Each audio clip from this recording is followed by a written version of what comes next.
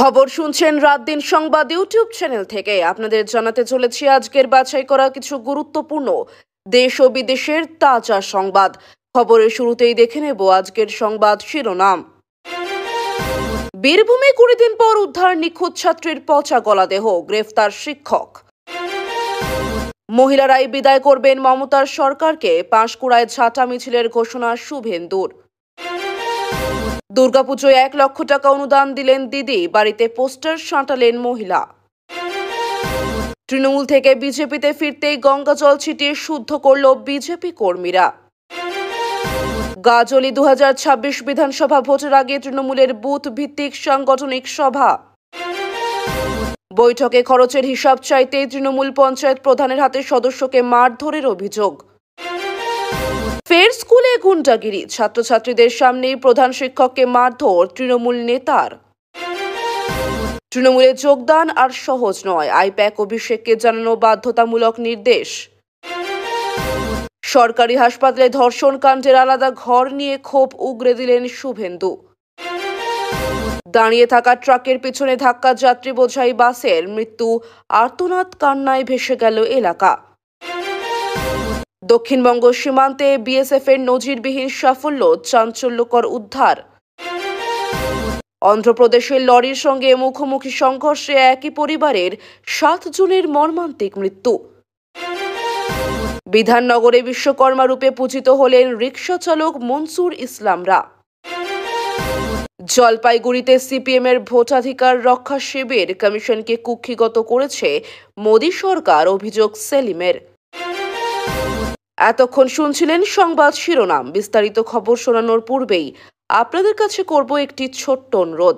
আমাদের চ্যানেলে নতুন হয়ে থাকলে চ্যানেলটি সাবস্ক্রাইব করবেন। আসছে বিস্তারিত খবরে। বীরভূমে নিখোঁজ এক ছাত্রীর রহস্যজনক মৃত্যুর ঘটনায় রীতিমতো চাঞ্চল্য ছড়িয়েছে। প্রায় 20 দিন আগে বাড়ি থেকে বেরিয়ে গিয়েছিল ওই কিশোরী, তারপরে আর খোঁজ পাওয়া যায়নি। পরিবারের পক্ষ থেকে থানায় অভিযোগ দায়ের করা হলেও দীর্ঘদিন কোনো অগ্রগতি হয়নি তদন্তে। অবশেষে স্থানীয়দের সহযোগিতায় বনাঞ্চল সংলগ্ন একটি নির্জন এলাকা থেকে উদ্ধার হয় টুকরো টুকরো অবস্থায় পচা গলা দেহ। চেহারা বিকৃত হয়ে যাওয়ায় প্রথমে পরিচয় মেলানো যায়নি, কিন্তু পরে পরিবারের লোকেরা নিশ্চিত হন। পুলিশ দাবি করেছে এই ঘটনায় মূল অভিযুক্ত স্থানীয় এক শিক্ষক। তাকেই গ্রেফতার করা হয়েছে এবং জিজ্ঞাসাবাদে নেমেছে তদন্তকারীরা। এলাকায় আতঙ্কের পরিবেশ তৈরি হয়েছে। প্রতিবেশীদের অভিযোগ, আগে থেকেই নানা অসামাজিক কাজে জড়িত ছিল ওই শিক্ষক, অথচ কেউ মুখ খোলেননি। গ্রাম জুড়ে ক্ষোভ ও বিক্ষোভ বাড়ছে। এই হত্যাকাণ্ডের পিছনে অন্য কোনো বড় চক্র আছে কিনা তাও খতিয়ে দেখছে পুলিশ। শুভেন্দু অধিকারী ফের মমতা বন্দ্যোপাধ্যায় সরকারকে কটাক্ষ করে বড় মন্তব্য করেছেন। তাঁর দাবি, আসন্ন দিনে বাংলার রাজনীতিতে পরিবর্তনের হাওয়া বইবে মহিলাদের হাত ধরেই। তিনি বলেছেন, মমতার সরকারকে বিদায় জানাবেন মহিলারা নিজেরাই। আগামীকাল পাঁশকুড়ায় ঝাঁটা হাতে মহিলাদের মিছিল হবে, যা আসলে শাসক দলের বিরুদ্ধে সাধারণ মানুষের ক্ষোভের প্রতিফলন। শুভেন্দুর মতে, দুর্নীতি, স্বজনপোষণ আর অব্যবস্থার জেরে মানুষ অতিষ্ঠ হয়ে উঠেছে। বিশেষত গৃহিণী থেকে শুরু করে মহিলা ভোটাররা প্রতিদিন জীবনের নানা সমস্যার মধ্যে পড়ছেন। তাই তাঁরাই এই সরকারের পতনের মূল কারিগর হবেন। এই বক্তব্য ঘিরে রাজনৈতিক মহলে নতুন করে বিতর্ক শুরু হয়েছে। শাসক দল পাল্টা অভিযোগ করেছে, বিরোধীরা শুধু বিভ্রান্তি ছড়াতে চাইছে। তবে বিরোধী শিবিরে উচ্ছ্বাস বাড়ছে। দুর্গাপুজোয় সরকারি অনুদান ঘিরে নতুন বিতর্ক। রাজ্য সরকার ক্লাবগুলিকে 1 লক্ষ টাকা করে সাহায্য ঘোষণা করেছে। সেই প্রসঙ্গে এক মহিলা অভিনব উপায়ে নিজের ক্ষোভ প্রকাশ করেছেন। তিনি তার বাড়ির গায়ে পোস্টার লাগিয়ে লিখেছেন, দিদি 1 লক্ষ টাকা অনুদান দিয়েছেন, আর চাঁদা চেয়ে লজ্জা দেবেন না। এই ঘটনায় পাড়ায় ব্যাপক আলোচনা শুরু হয়েছে। সাধারণ মানুষও বলছেন, সরকারি অনুদান যথেষ্ট হলে কেন আবার চাঁদা তোলা হচ্ছে?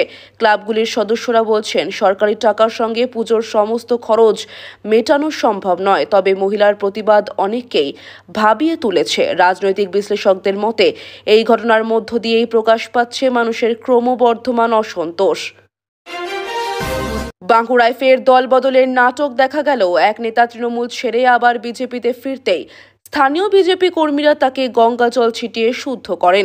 তাদের দাবি, তৃণমূলে গিয়ে তিনি অপবিত্র হয়ে গিয়েছিলেন, তাই পুনরায় দলে ফেরাতে এই প্রক্রিয়া জরুরি। ঘটনাস্থলে উপস্থিতিদের মধ্যে মিশ্র প্রতিক্রিয়া দেখা যায়। কেউ কেউ এই আচারকে কটাক্ষ করেন, আবার অনেকেই একে প্রতিবাদ বলে মনে করছেন। রাজনৈতিক মহলে এই ঘটনায় হাস্যরসের আবহ তৈরি হয়েছে। বিরোধীরা বলছেন রাজনীতিকে ধর্মীয় কুসংস্কারে মিশিয়ে দেওয়া হচ্ছে। তবে বিজেপি নেতৃত্বের দাবি এটা কেবল আনন্দের সঙ্গে করা প্রতীকী আচার। গাজলে আসন্ন 2026 বিধানসভা ভোটের আগে তৃণমূল সর্বশক্তি দিয়ে বুথ সংগঠনকে চাঙ্গা করার উদ্যোগ নিয়েছে। সম্প্রতি একটি বড়সড় সাংগঠনিক সভার আয়োজন হয়। এখানে বুথ কমিটিগুলির কার্যক্ষমতা খতিয়ে দেখা হয়। নেতৃত্ব স্পষ্ট বার্তা দিয়েছেন, প্রতিটি বুথই হবে নির্বাচনের মূল লড়াইয়ের কেন্দ্রবিন্দু। তাই সেই স্তরে সংগঠনকে শক্তিশালী করাই মূল লক্ষ্য। সভায় উপস্থিত ছিলেন বহু কর্মী সমর্থক। বক্তৃতায় বলা হয়েছে, বিরোধীরা যতই বিভ্রান্তি ছড়াক না কেন, সংগঠনের জোরে তৃণমূলই জিতবে। এদিকে বিরোধীদের দাবি তৃণমূলের ভিতরেই ভাঙন দেখা দিচ্ছে, তাই এত প্রস্তুতি নিচ্ছে শাসক দল।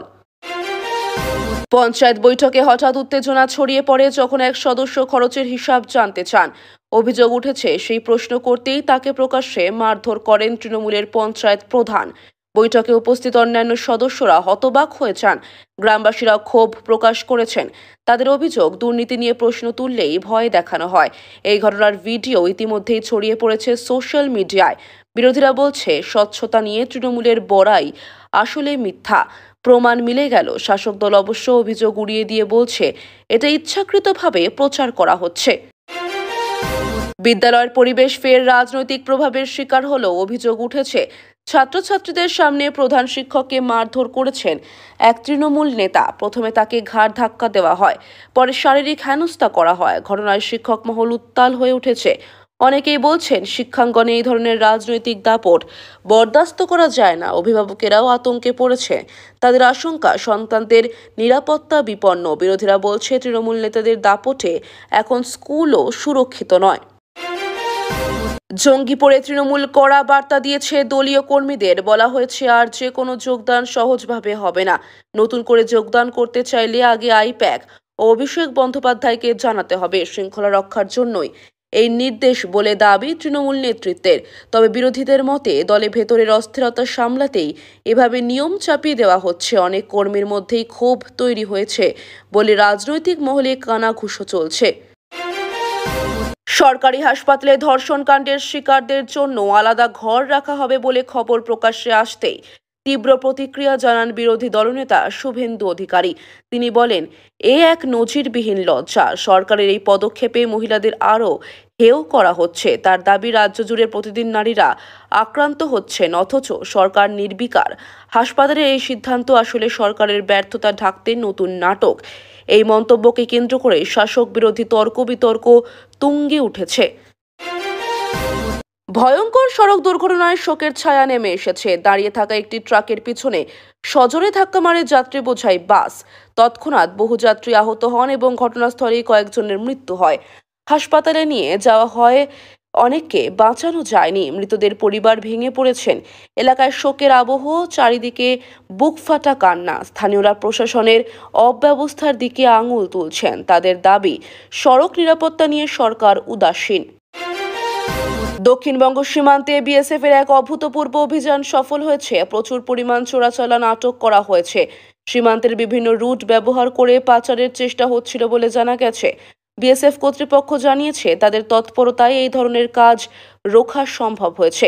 সীমান্তবর্তী এলাকায় শান্তি ও নিরাপত্তা বজায় রাখতে এই অভিযান বিশেষ ভূমিকা নেবে। গ্রামবাসীরাও বলছেন, তারা এখন অনেকটা নিশ্চিন্ত।